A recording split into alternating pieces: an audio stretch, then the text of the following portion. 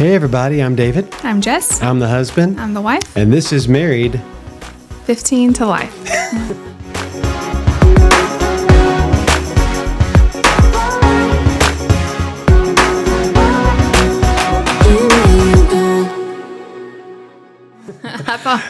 I don't know. I didn't get the memo. Little smart demo there. What are we doing right now? It's all right. I was waiting to say life for some reason instead of 15 to Life. You'll start over? No, that's okay. You sure? Yeah. All right, then we'll keep that in too. All the bloopers and all that more. Jess, how we doing?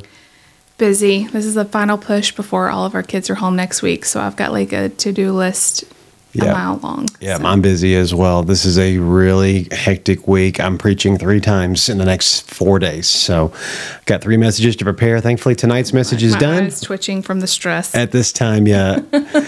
Today's Wednesday when we're recording, so I'm ready for tonight. And then I have to preach Sunday morning and Sunday night this week. But I'm excited about it. That'll be great. It's going to be a good time. Mm-hmm. So we asked you guys to submit questions for us. And so today we're going to do a Ask Us Anything episode. But before we do that, Jess, for all of those that are watching and listening, what can they do to show some love right now? Definitely when you subscribe, like, comment, share, all of that really helps.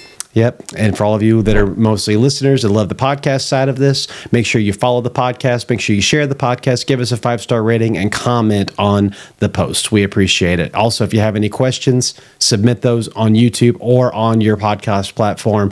And if you want to email us a question, maybe it's like a long, detailed question or a vocal recording, you can email us at married15tolife@mail.com. So people can get in touch with us pretty much any way they want to. That's right. Yeah, we are very accessible, and we like preferring to be that way. Jess, you ready to jump right into these questions? I guess so. I guess so, too. Let's see what happens. Question number 1 from @Pastor David Holly. Who's the best husband in the world? Well,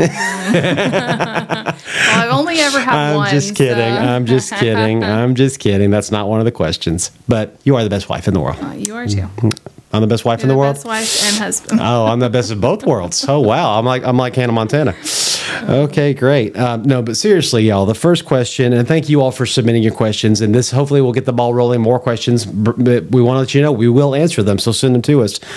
First question from one of our good friends and one of our Patreons at KatieNick3125. We love Katie. As Nate has gotten older, this is a response to our special needs video. As Nate has gotten older and is approaching the teen years, have you experienced new challenges that weren't an issue when he was younger? And on the flip side, what are some maybe new challenges that he's overcome over the years? I just think with every kid, Nate and all of our kids, as soon as you learn and you have one thing handled, they throw you another curveball. That's just... It's like you're finally like at a good place. Oh, I didn't see this coming. Mm-hmm. Like when he was little, we finally got through the potty training. Well, then, him running off in public started happening. Yeah. But it's like that with all of our kids. So I don't know. Well, let's tackle 3. So what are 3 challenges that we can say were worse? Yeah, maybe 2 or 3 challenges that were probably worse when he was younger. Sleeping for sure. He's not as emphatic as irregular still sleeping. An issue, but not as bad.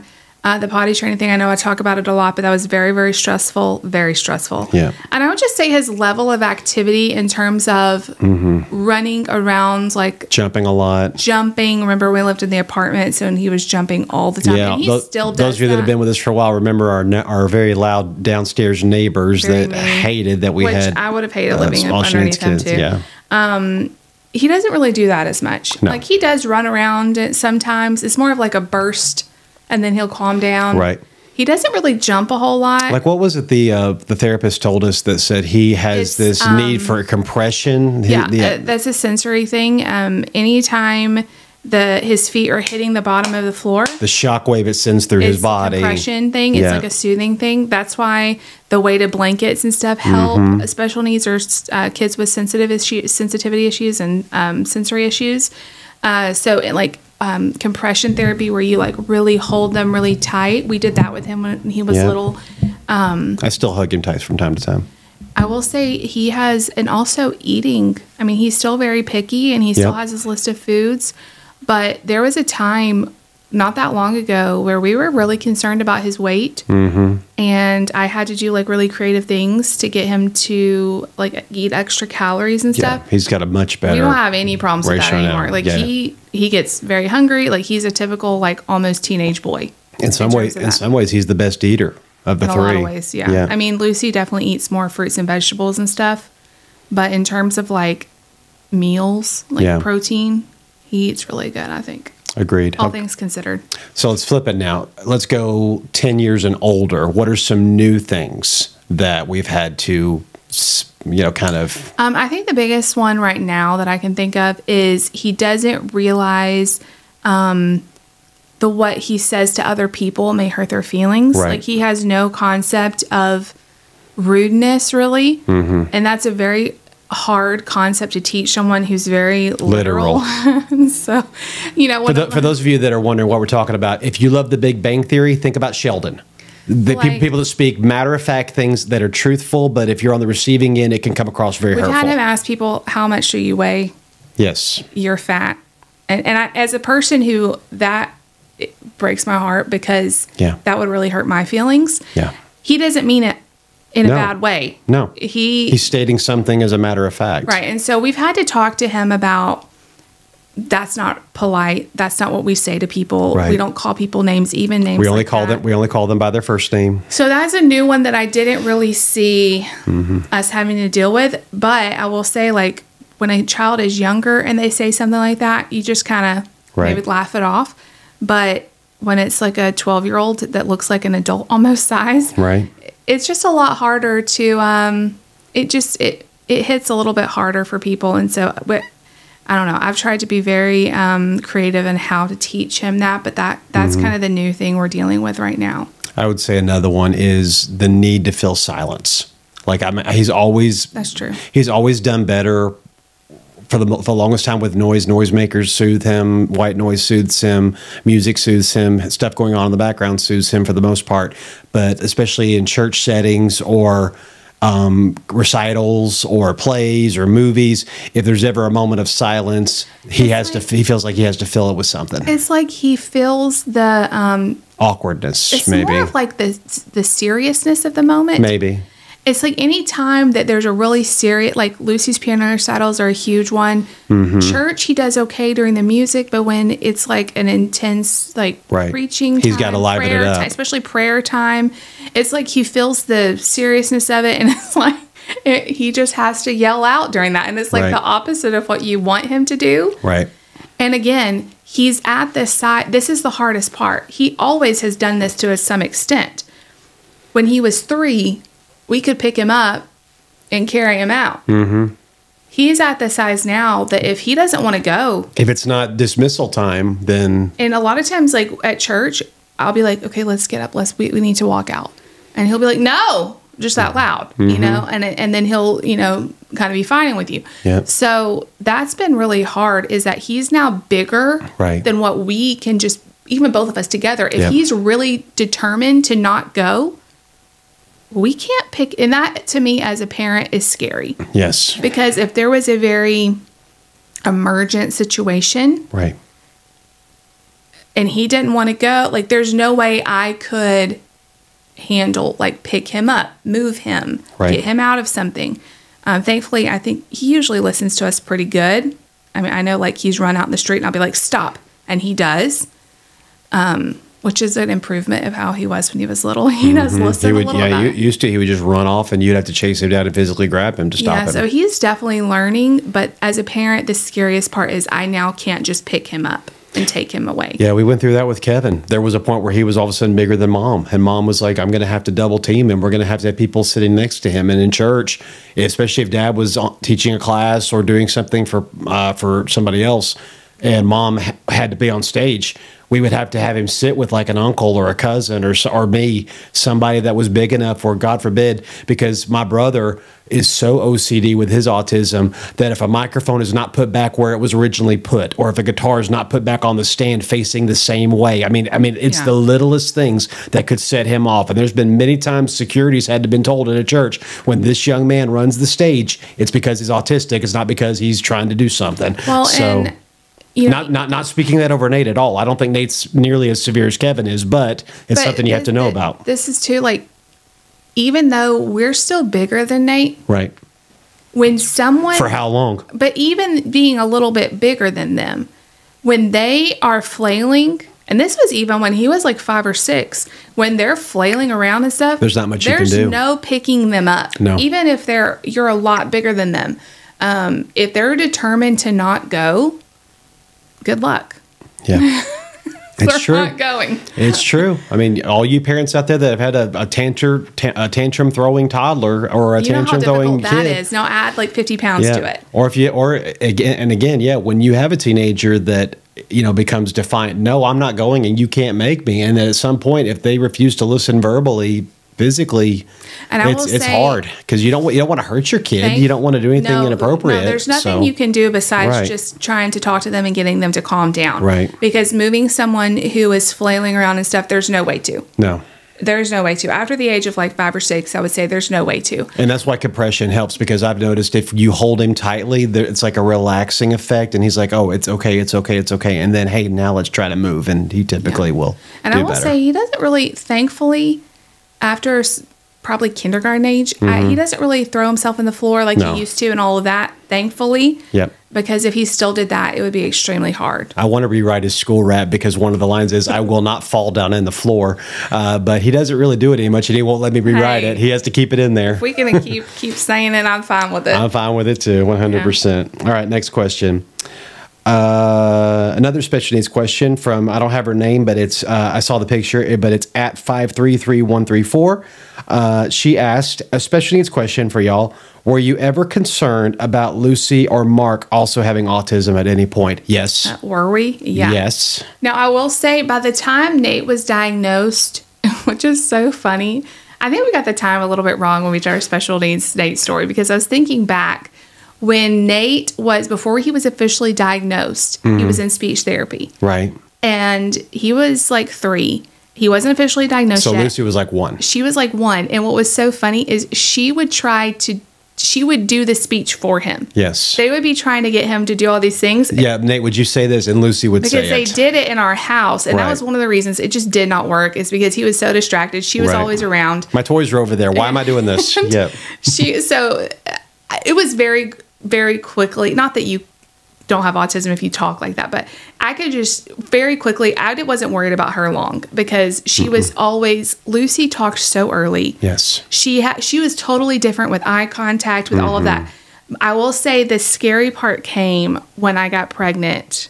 Nate was 7 when Mark was born. When I got pregnant with Mark, and then we found out, I remember finding out that he was a boy. Right. Because boys are much more susceptible to autism than girls. It's a more highly likelihood. Yeah. Not that girls can't have autism. But I feel so bad now. But when I found out he was a boy, you didn't enjoy the pregnancy nearly as much. Well, I was very disappointed. I was very nervous about that. Not that I didn't want a boy. I was afraid like he was going to have autism. Me too. And it's not that, you know, we wouldn't have done whatever and we wouldn't have loved him and we wouldn't have been grateful for him.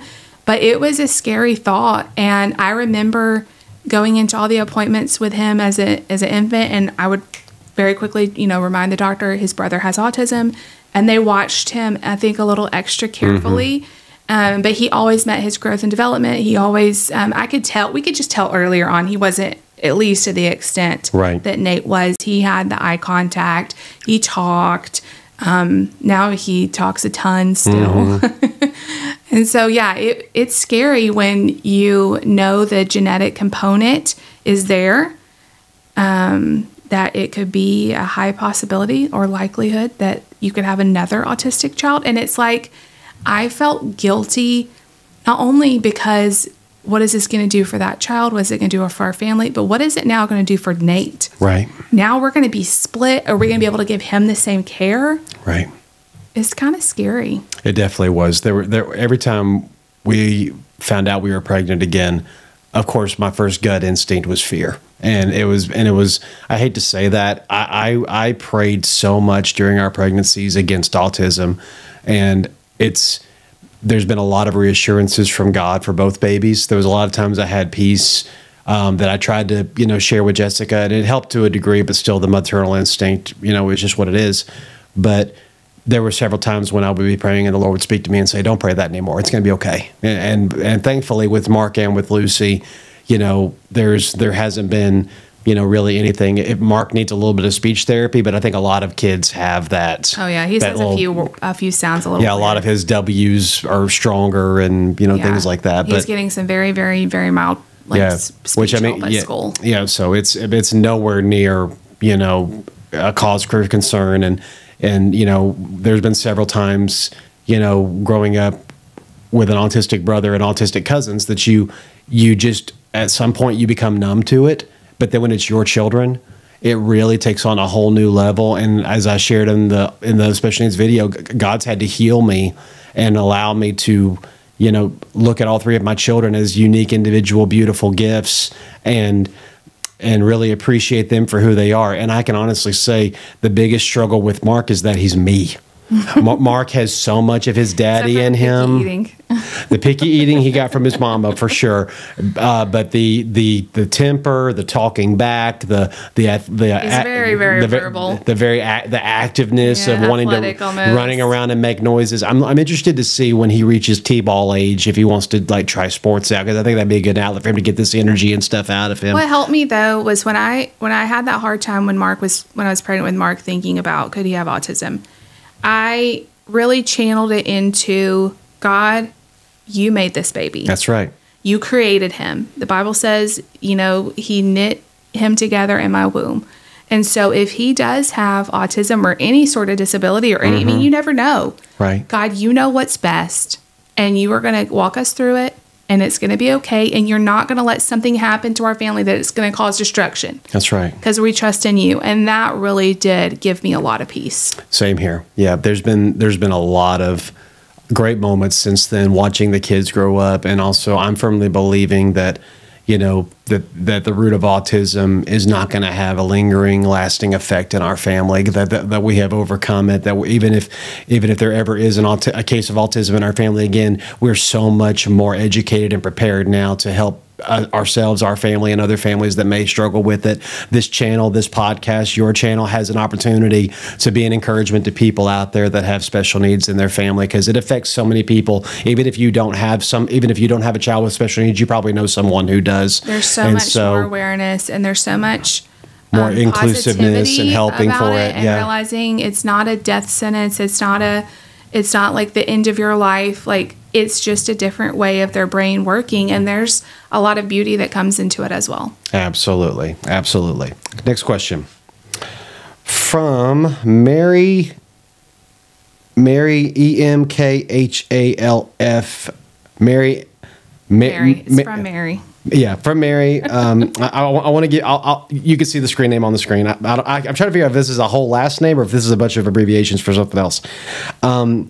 Did it take more time for your children to adapt every time you moved to a new state? You know what's funny? They adapted way faster than I did. They are much more adaptable and resilient than we are. We're too set in our ways. I was always so worried about each one of them, and they all did fine. I will say it was probably a little harder on Lucy because she did have friends, and Nate always just, to him, a new day is just a new, he just doesn't mourn the past, who he's leaving. Which is interesting because autistic kids really want the same. They want... Well, some. And he is lightweight about some things, but... But he's understood to go, okay, I still have a school. It just looks like this now. Yeah. I still have a church. It just looks like this now. Every time he's moved schools, even like in the same school district, if he's going from... Inside the same year. Yeah. But like even like this past year, he moved from the middle school to the junior high. Mm-hmm. Was he sad at all? No. Like he was happy about it. No. And I was sad. I'm like, oh, we have to learn new teachers. We have to learn. He just jumps into it like, a new experience. Lucy, it was a lot harder. Right. Every time we moved, we'll like go to the school the first day with them and like let them meet their teachers, and we'll meet their teachers. And I think there's been several times they've had to like literally pull her off of us. Mm-hmm. And that would always break my heart. But seriously, after like a couple days, it's like nothing ever happened. She's strong now. So resilient. Now, Mark, the times he moved, he was so little. I don't even know that he remembers. I don't know if he remembers Indiana at all. Yeah. We moved to Indiana when he was just turned 1. and we left when he was 3. 3. Just turned 3. I mean, I don't know how much he remembers of that at all. But Lucy and Nate have always been so resilient. They've lived so many different places. And I think, like we've talked about before, it's only going to benefit them. They've learned how to make friends. They've learned about change. They've learned how to rise to the occasion. They've just learned so many lessons in it. And as much as I hate it, and I loved having like a childhood where I was at the same school and had the same friends, there's also benefits to being more resilient and more well-rounded even than I was and you were. Yeah, absolutely. I mean, like we've said in our previous episode about living away from home, we had the joy of building memories and friendships and you know, a culture of where we grew up for all of our lives. But the real world doesn't give you that security and doesn't give you that comfort. You know, there's very few jobs you'll take. You're going to be in that job from entry to exit. You're going to have different offices. You're going to have different locations. Some jobs are going to move you maybe to another place. And so to go ahead and be better at adapting and being flexible and new scenery. Okay, well, what do I need to remember from where I used to be, and what is new and exciting that I can learn now? And thankfully, our kids are going to have that lens of new is good or new is exciting with their life. If you know, they'll marry someone who will move them across, you just never know. Or they may return to our childhood and their kids live in the same place forever. You never know. But you know, God orders our steps, and what I always tried to remember is if it's good for us, if this is the right move for us, it's going to be good for our kids. 100%. The best thing you can do for your children is be as healthy individually and as a couple as you can be.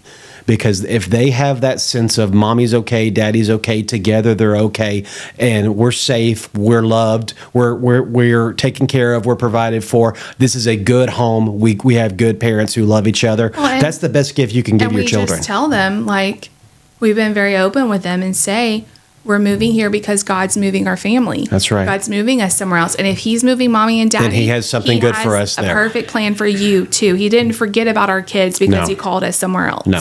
And looking into where we are now, as hard as it's been for me in so many ways, it's been the hardest move we've ever had. But yet, look at your shirt you're representing. I'm really trying to embrace Arkansas more.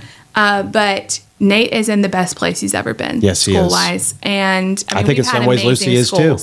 So I'm in Mark's doing great. Yep. So I can look at them in school and thriving and be like, this was a good move. 100%. I couldn't agree more. Next question. Everybody wants to know a lot about our kids. Yeah. So here we go. But if there's something we love talking about, it's our kids for sure. Yep. From I'm Ashley Potatoes.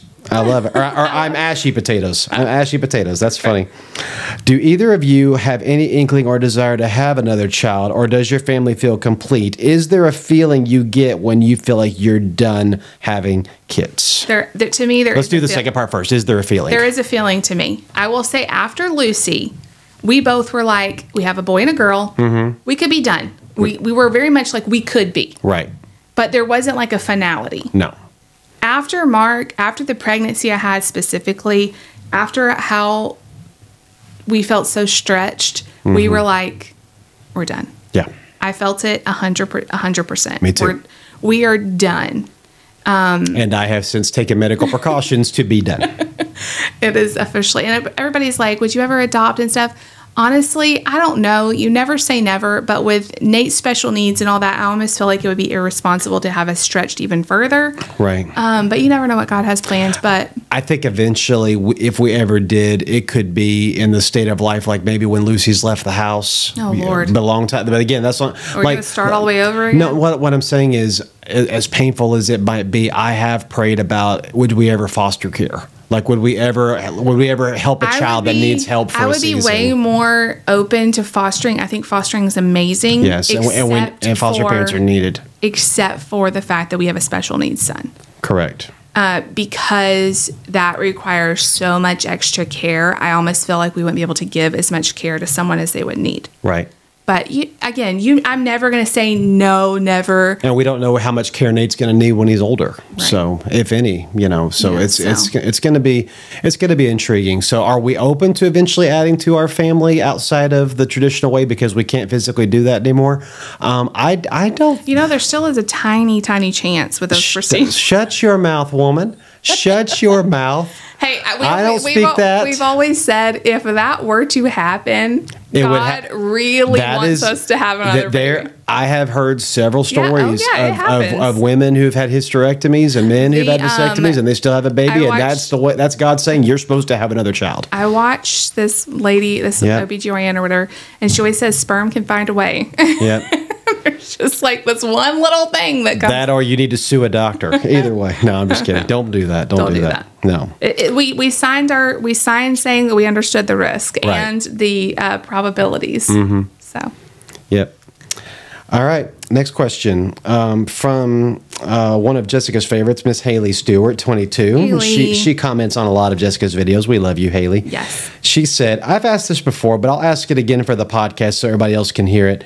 What is one of your favorite things about each of your kids? This is too long of a list. I was going to say, I don't even know if it would probably change every single time I said it. But, okay, I'm just going to go off the top of my head. And let's start at the top. Let's go with Nate. I just love his joyfulness. Yes. He approaches, like I said, every new experience as just, woohoo! There is no, fear going into it. There's just this exuberance for the day. Every night when I tuck him into bed, I always say this because I love his reaction, but I always say, you want to just stay home with me and cuddle all day? And he's like, no, I want to go to school. Mm-hmm. And I just love how excited he is every day to go to school and to do all the things. And I'm so thankful for him. Last night I tucked him in and I gave him a hug. And Nate, as much as Nate loves compression and loves physical contact, he's not a touchy-feely person. So when you try to hug him, he's like, trying to get out of it kind of thing. But I hugged him and kissed him on the head, and I said, I love you, Nate. He said, I love you, Daddy, like he always does. And I said, you know why I love you? Why? I said, because you're my boy. And he went, yeah. He's just so fun. I love him. Nate's funny quotes. Yes. Anytime he says something funny, I try to post it on Facebook or something because What was the one you reposted because you forgot? What the one he just did? He said, I was trimming his nails. This was last year. And he said, every time I get my nails trimmed. No, how did he word it? Every time I trim my nail. The more times I trim my nails, the fancier I am. Mm-hmm. But he says funny stuff like that all the time, and you forget it. So I always try to write it down. But everybody loves Nate quotes because he's not trying to be funny. No. He's just telling you. It's just his personality. He says stuff that is just so funny. I don't think it's rehearsed. I don't think he's read it anywhere. Which that's what he typically does is rehearse things he says. I don't know. But it kills me. It's so funny. Let's go Goose. I love her. Empathetic. Sweet, loving. Mommy number 2. Literally, even with her friends, she just has this way of feeling what they feel. Yes. And she's meeting very them empathetic. Where they need her to be. Yes. She's just a really good friend. She's a really good kid. And that's what all of her teachers tell me.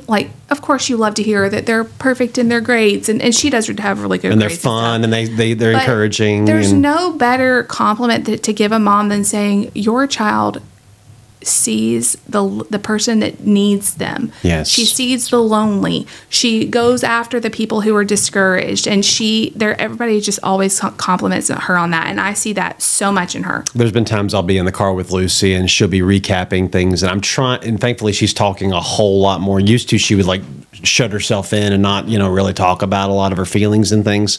Maybe she did more with you than me. She always talks. But thankfully with me she's talking more, and I'll say how did this go or that. I remember one time she said something like, I'm trying to remember exactly the exact thing she said, but it was almost like, I really wanted this prize or I really wanted this cookie, but I knew my friend wanted it more, and so I didn't get it, so they would get it, or better yet, I got it and then gave it to them, and then I went and got back and got something else. She does that kind of stuff all the time. And it's little things like that you're just we didn't teach her that. She just, and this is something else I really appreciate. She, without being told, loves loves the Word of God. She loves to pray. She loves to go to church. I'll talk to her about her day, and she'll be like, I wasn't feeling good, and so I bowed my head and I prayed for a minute because I really wanted to feel better because I knew I had a long day ahead of me. And I'm like, I didn't teach her how to do that. She just learns of her faith. She yes. will, they will able to pick out songs for their like jogging time or running time or play she'll time. Pick out Christian songs. Like she has no shame. And she's like, oh, yeah, a lot of my other friends liked him, too. And she'll invite people to church. Yep. She's not embarrassed about it. She has very strong faith. Yep. She's just very, very sweet girl. I know. I was talking to her, and she was like, there's a bunch of my friends that I don't even know if they go to church. And I said, well, hey, when we do our Christmas party, I'll make some invitations, and you can give them to people, and maybe they'll want to come with you. And she'd be like, yeah, that might be fun. So, yeah. She's so much like me, but what I love about her are the ways she's not like me. And she is like me. She's such a good blend of us, but she has a lot of my personality, but she has one extra thing that I didn't have, and it's just I was so painfully shy that I had a hard but my shyness gives her a little bit more of the tact. Yes. So she's I was the annoying kid. That's not the right answer. That was me, as y'all can probably tell. Yeah, I can't believe that. And so thankfully, maturity and being married to Blessed Jess mellows you out a little bit. Why did you say that? I know, and so I've had to rethink a lot of times. And thankfully, I have my Jess voice filter now. Before I say something, don't do it. Don't do it. When we first got married, I'm like, when you are about to say something, do you think about it a few times? And you're like, no. I'm like, okay, well, you need to at least once let it run through your brain. Yeah, I had to teach you that. And lesson. thankfully, Lucy has that same default too. And Mark does not. So I've got to help Mark not be like me. Yeah. Yeah, but he's still little. I think the little kids don't have a huge filter. And Nate has no filter at all. Nate has no filter at all. Yeah. He gets that from he gets that from being a boy and from everything else. But all right, let's go to Marky Sharky.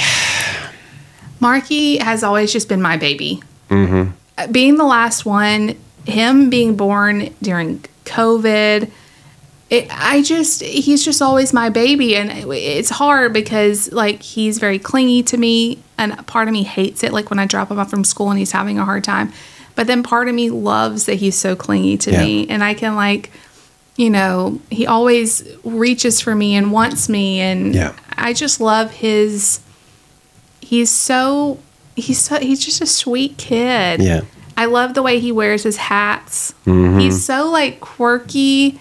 But he's just, when I look at him, I just think of my baby. Mark is me. And that's what, I'm not just saying that because I'm thankful I've got a mini me, but I get Mark. I completely get the ability to see things that are not there, but pretend that they are, the ability to wear a hat and be proud of it, the ability to want to be with all of the other people in the room and not want to be off by yourself. Mark, he will put up with all sorts of teasing or anything. And Lucy is usually very, very good with him, but every now and then Lucy will, or things like that. And Mark don't care. He would rather deal with the big sister stuff or deal with Nate, running in front of him or messing his video up. He's talking about, so Mark does not play in his room. No, Mark he drags out his toys. Mark has to be around people. Yeah, he wants to be with us, which I totally get. Yeah. I probably will switch one day where we can't get him out of his room. Maybe. But when he's a teenager. Yeah. But he likes to be where we are.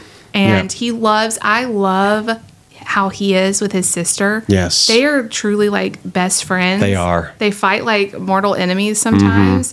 Mm-hmm. But it's just so much like what you were with your brother. Yeah, in a lot of ways. But Lucy is a lot older than him. But Mark is more Clark than he is Tim. Yeah. Yeah. So I wasn't quite as old. The age difference is greater with Lucy and Mark. But so she's able to care for him. Right. But then they also play too. It's it's kind of a weird thing, but but I love the relationship. But I love that about him. He's very creative. He's very playful.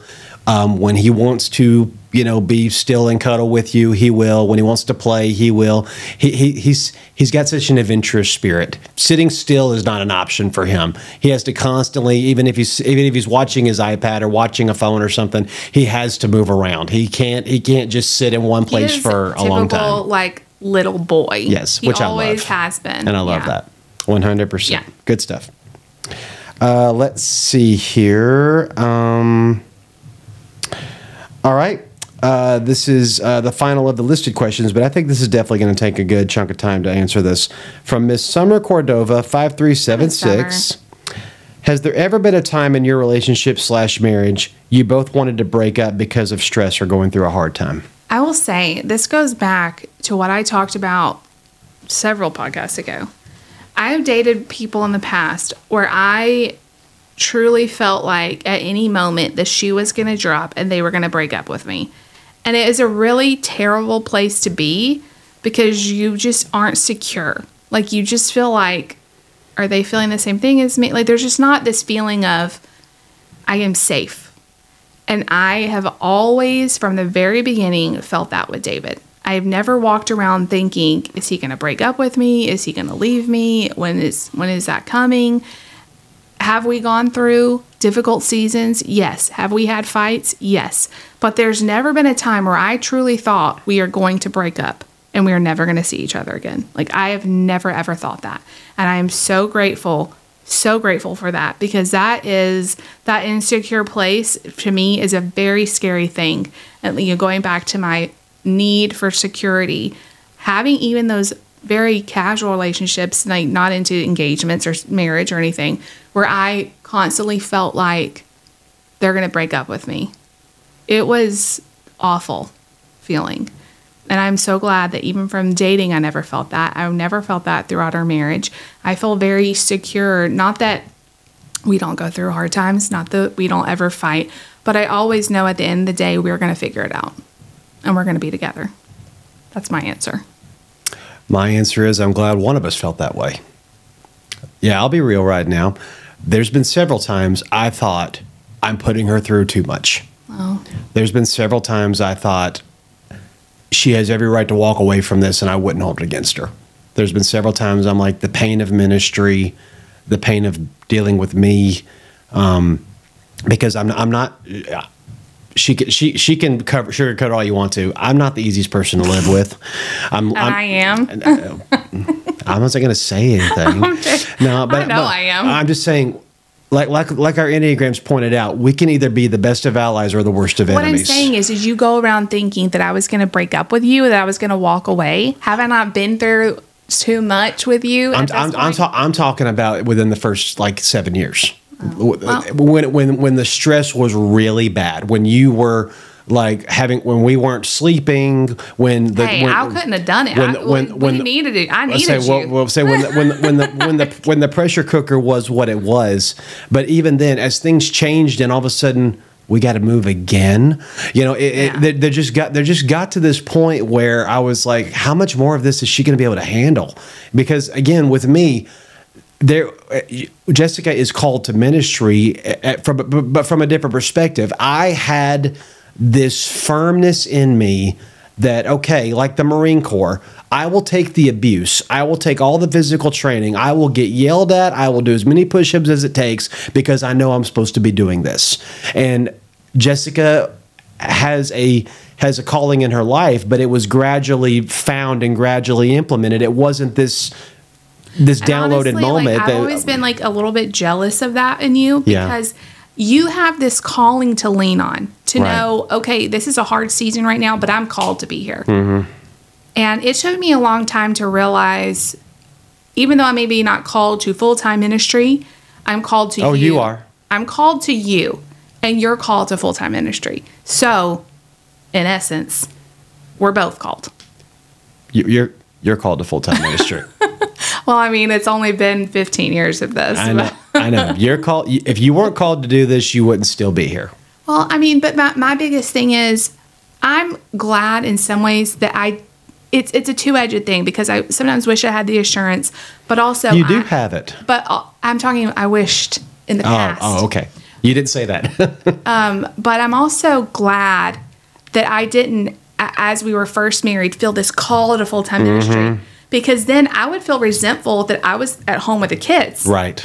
So my feeling, and God, it had to be gradual with you. It had to be, because if God called me, you will be in full-time ministry, and then I had to stay home with the kids while you were doing full-time ministry, Right. it would be really easy for me to be resentful of that. And my dad, being so wise, spoke that to me when I was a teenager, because he said, David, you're going to need to marry someone who, even if she eventually is playing with you, needs to start out being your cheerleader. I didn't know that. Yeah, he said that to me when I was like a senior in high school. He said, because you are such a go-getter type A personality, if you marry exactly someone like you will be fighting for the spotlight all the time. Yeah. You will constantly both want to sing the solos, both want to play, both want to preach, both want to do. And God knew too that we were going to have a special needs child. Exactly. And that because we are around a lot of people who they both are in ministry, yes, and they have kids and they make it work. Right. So is it impossible? No. No. But you throw in a special needs child and all of that, someone needed to be the constant at home. Yes. And so when there is ministry times where David is, I mean, this happens every week, where I'm at home with the kids and you're at it's a late night for me. services, you're at services and all this stuff. What's beautiful is you want to be there. You love it. Yeah. But I want to be home. Yeah. And I wouldn't trade it for anything. And you wouldn't trade it for anything. Not that you don't No. like being at home. No. But you love you love the ministry. I do. And I love the family. I do. But we can come together, Yes. and I can do ministry and you can do family. Yes. But we both can't do each other's thing for too long, because then It's not our first- because then I'm chomping at the bit to get back in the game and you're chomping at the bit to get back on the bench. I will tell you guys, and I don't know, I just thought everybody was like this until No. I've talked. I truly feel happiest when I'm at home Yeah. with our kids. That's where I want to be. Mm-hmm. You know, that truly feels like my passion. And I think a lot of people, especially when they look at ministry couples, they have a hard time reconciling that idea, because a lot of people, even if their spouse isn't doing a whole lot of attention grabbing things at the moment, they're still there. And so they have to put on this face of, yeah, of course I want to be here. And don't get me wrong, Jessica does want to be with me as much as she can be, because we love each other, we love being together. Absolutely. But there is a level of what God wired you to do and what you feel fulfilled doing. Yeah. That's the thing that a lot of people need to understand about the way our dynamic works. Jessica loves to be with me. Jessica will do anything I ask her to do, even if kicking and screaming at first.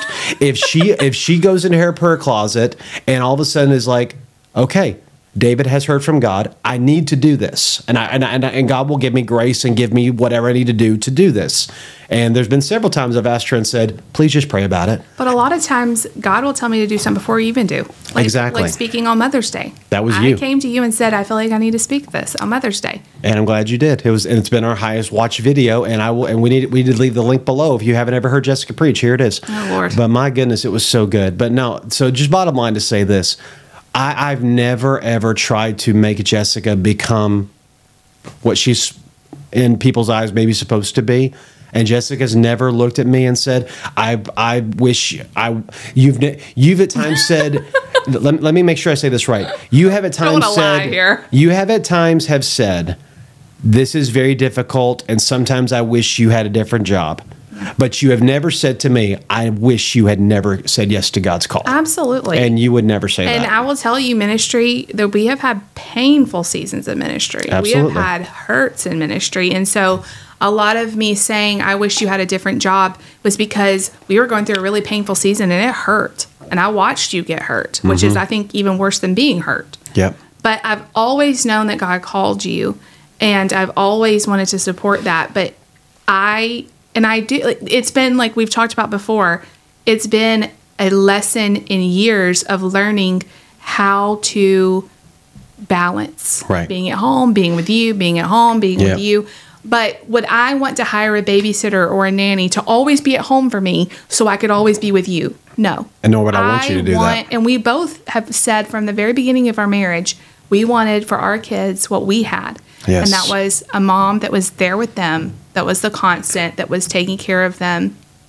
And we've been able to do that. I mean, there was times where we thought, well, am I going to have to work, because how are we going to make ends meet? Right. But then, we've been very creative with side hustles and YouTube and all this stuff, so that I've been able to be at home.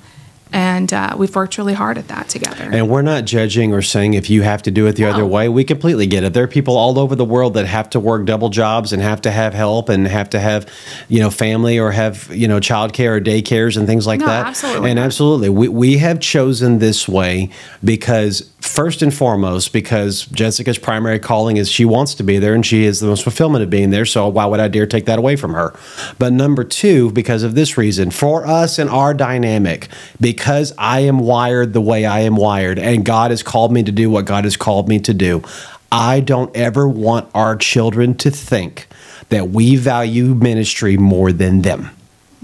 And if they were always being tossed off to somebody else or given to somebody else's care because daddy can never be there and mommy can never be there because ministry is more important than them, then the moment they get a chance to be independent, they will turn on ministry and they will turn on Christianity. They will turn on us.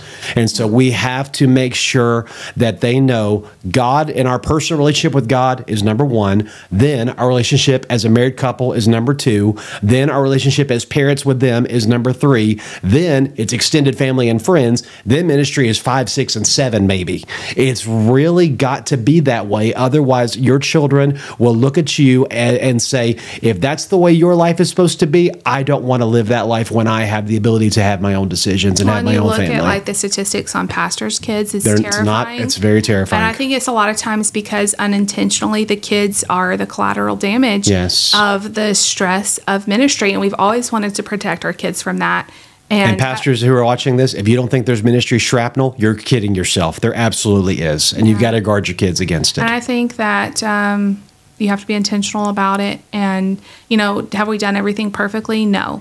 And we've made mistakes. But no one's perfect. Everyone's when learning. You become a parent, one of the first 2 words you learn to say to your kids is, I'm sorry. Oh, we tell them that all the time. Like, we should, we made a mistake there or whatever, and we're going to all learn from it. But, I am just so grateful that like we've talked about before, and all of the busy moving around and all of that, there has been a constant of me being home. And you're home a lot too when you can be.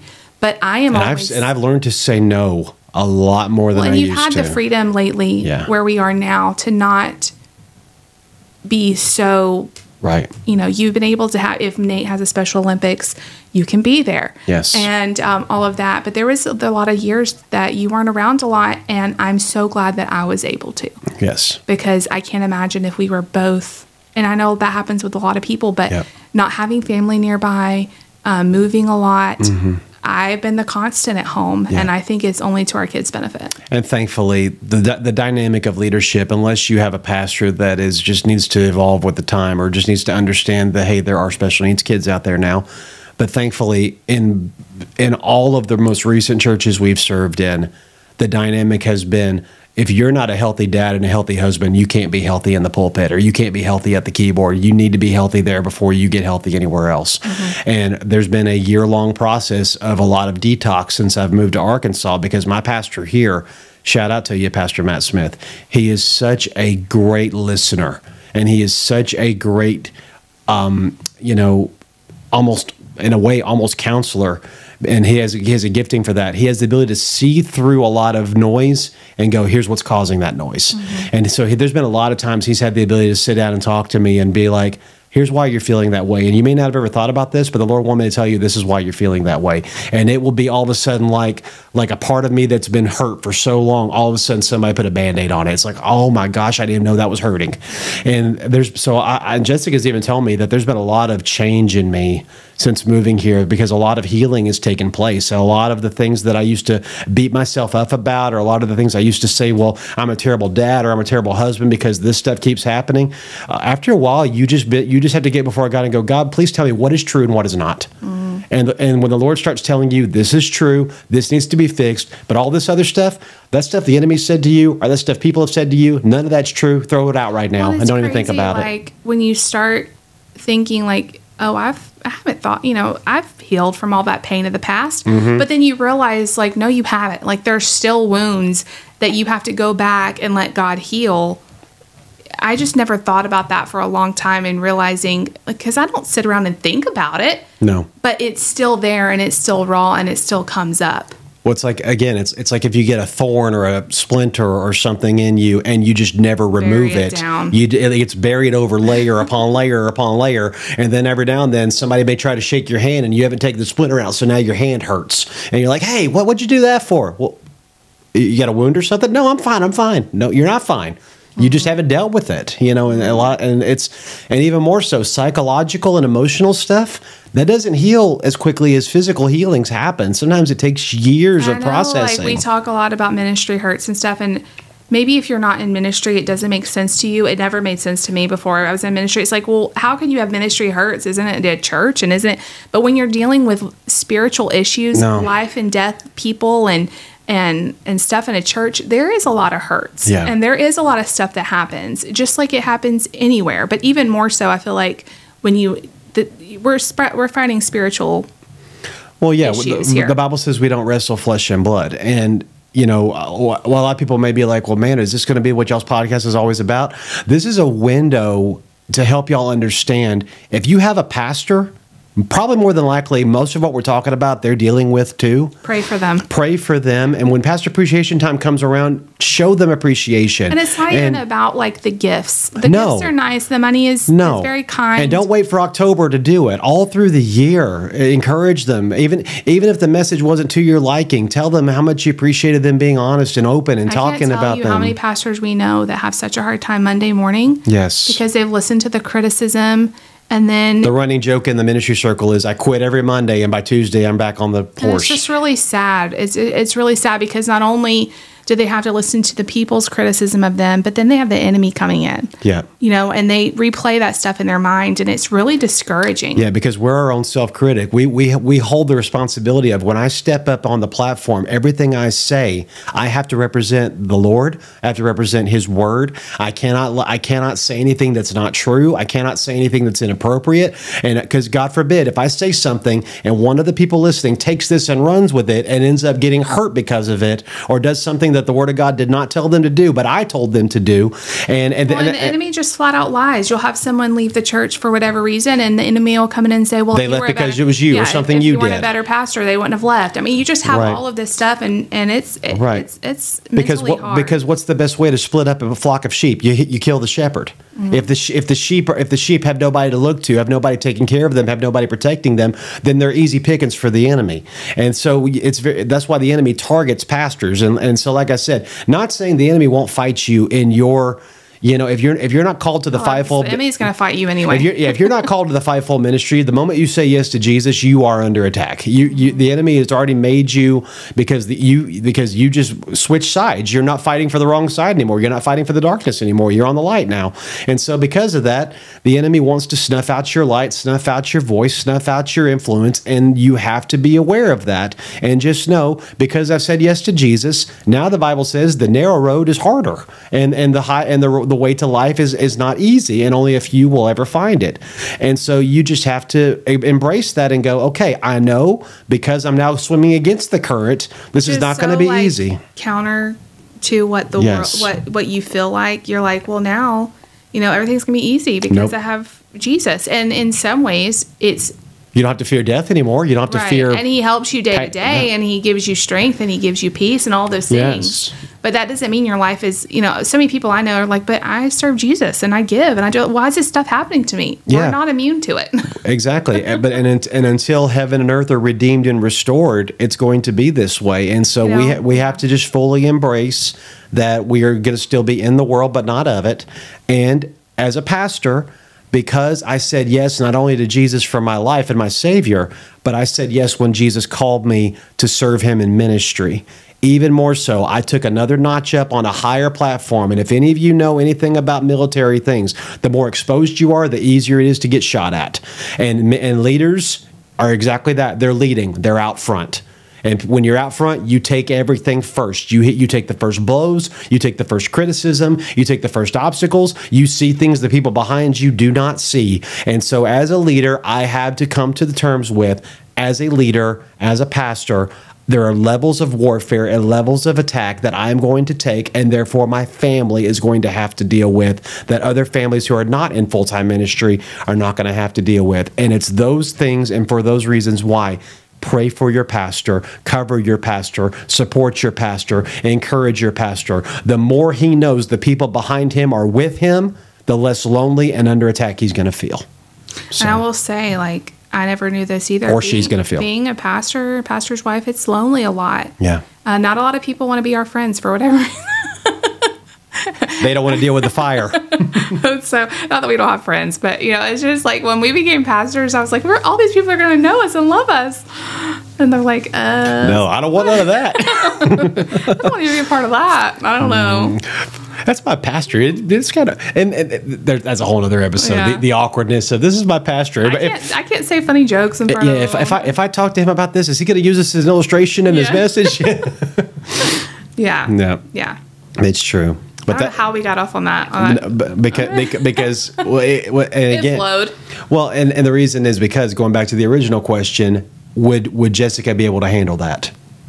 And that was my fear. Was okay when this. This, not to interrupt you, but this is why when people say, when did you know you were going to marry a pastor? If I had just signed up to marry a pastor and not been in love with the person that you are, take your pick. That's so dumb. Like, I hate when people say that. Like, I didn't want to be a pastor's wife, and so I got married to you. I got married to you because I fell in love with you, and you happened to be called to ministry. Right. And so if I hadn't, that is what makes us so strong. Right. And over time, God has revealed to her, this is your calling. And this is the areas that are not just in love with David that I have called you to do. God's so smart. Like the way he did it. He's pretty smart. Yeah. Because if he had told me, you're called to full-time ministry. You would have Jonah'd. you would have ran the other way. You got the wrong person. You would have ran the other way and a whale would have caught you. Because to me, full-time ministry looks like one way. Right. And I wanted to be a mom. Right. And I wanted to be at home with my kids. And so I didn't even know that what I'm doing now is a possibility, but God did. Yeah. And I'm so thankful. And I'm glad you stayed around. Me too. I'm glad I stayed around. We're still here. But by the way, spoiler, full disclosure, I wasn't going anywhere. Well, I knew I was never going anywhere. I know. You were just worried that it was too painful for me. Yeah.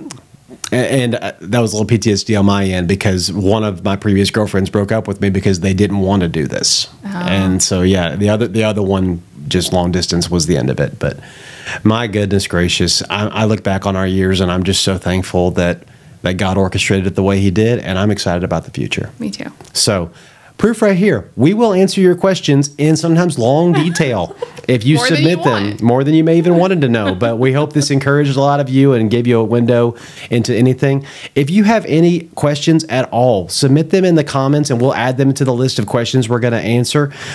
We will do another one of these probably in the next several episodes. So make sure those questions are coming in. The more questions we have, the more we can answer and talk about them. Like, comment, subscribe, click the bell. Honey, if they're listening to us on a podcast, what should they do? Give us a 5-star rating. I don't know. Follow, share, comment, share it. Yeah. I'm not practiced on this. You don't do this to podcasts you like? You don't share it? You don't give it a rating? You don't follow it? I just listen to it and that's it. I don't know. I know YouTube. You're what's wrong with the podcast world. I know YouTube. That's all I know. I know. Well, you know what to do there. So from now on, you do the YouTube stuff. I'll do the podcast stuff because I actually do everything that you can. I actually do rate podcasts and share them. I like doing that. Okay, it's fun. Anyway, usually I'm driving and I don't I just listen to it and Or you're working and your hands are full. Mm-hmm. Yeah, I got you. Yeah. Anyway, we love you guys. We do love you guys. Until next time, I'm David. I'm Jess. I'm the husband. I'm the wife. And this is Married 15 to Life. We'll see y'all soon. Bye. Bye.